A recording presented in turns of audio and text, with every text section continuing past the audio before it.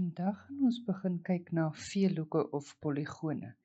Nou 'n veelhoek of 'n poligoon is presies wat dit sê. Dit is iets wat baie hoeke het, meer as een hoek. Twee hoeke is ook mos nou nie moontlik nie.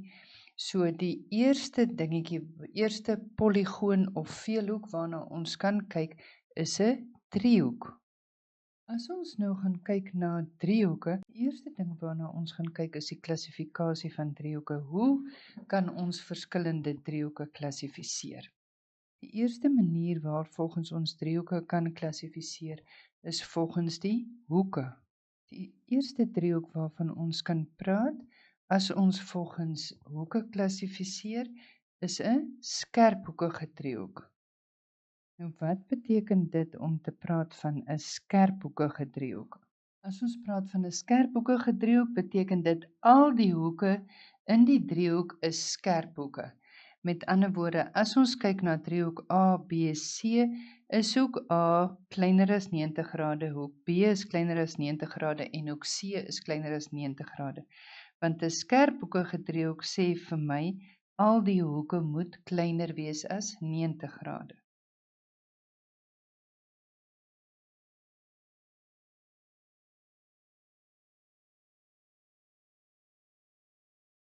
Die volgende driehoekie wat ons kry is 'n stomphoekige driehoek as ons hom volgens sy hoeke klassifiseer. Nou wat beteken 'n stomphoekige driehoek? Dit beteken dat een van die hoeke van die driehoek is 'n stomphoek. Kan julle nou nog weer onthou wat beteken dit as dit 'n stomphoek is? As een van die hoeke 'n stomphoek is, dan beteken dit ons kan sê die hoek moet groter wees as 90 grade, maar hy moet kleiner wees as 180 grade. So dit is nou weer die belangrike eienskap van 'n stomphoekige driehoek is dat een van die hoeke van die driehoek is 'n stomphoek. Die derde klassifikasie wat ons kan hê van driehoeke,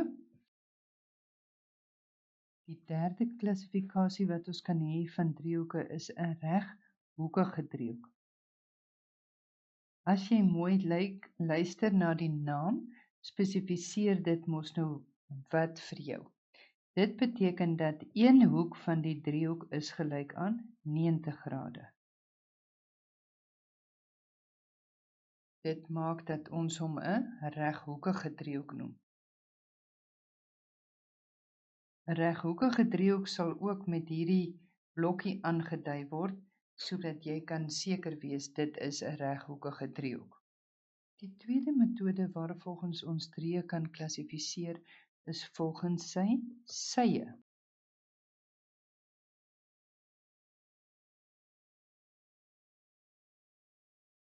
Die eerste driehoekie waarvan ons kan praat as ons volgens sy sye klassifiseer is 'n gelyksydige driehoek.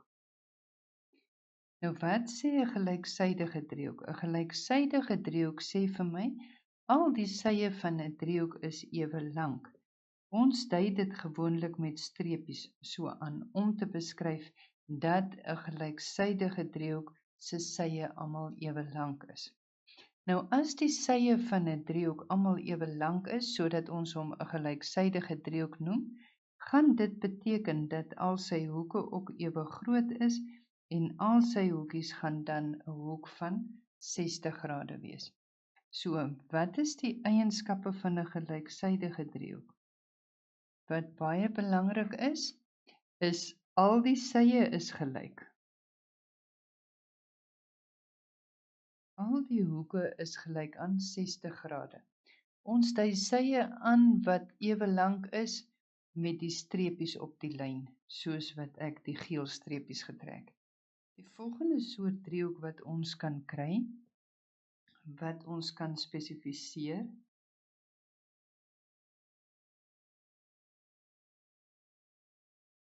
die volgende driehoekie wat ons kan spesifiseer, waarvolgens ons 'n driehoek kan klassifiseer, is 'n gelykbenige driehoek.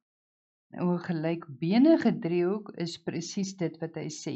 2 van sy bene, die bene waarop hy staan, is ewe lank. Die laaste klassifikasie van 'n driehoek, volgens sy sye, is 'n ongelyksydige driehoek.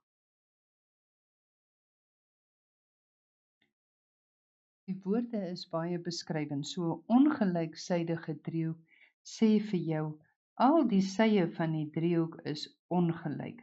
Daar's nie een wat dieselfde is nie. As ons nou kyk na 'n ongelyksydige driehoek, dan kan ons sien nie een van sy sye is ewe lank nie. So almal se lengtes is verskillend. Dit is dan hoe ons driehoeke kan klassifiseer.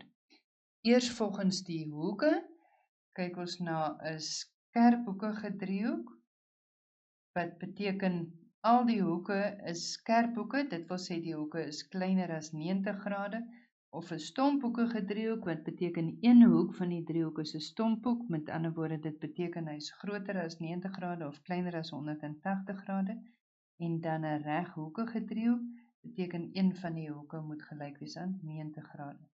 As ons driehoeke volgens hulle sye klassifiseer, praat ons van 'n gelyksydige driehoek. Dit beteken al die sye is ewe lank en al die hoeke is 60 grade.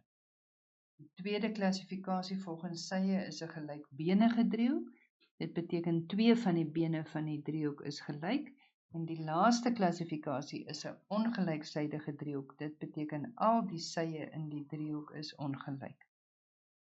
Dit is belangrik dat jy hierdie klassifikasies nou inoefen deur jou huiswerkies te voltooi.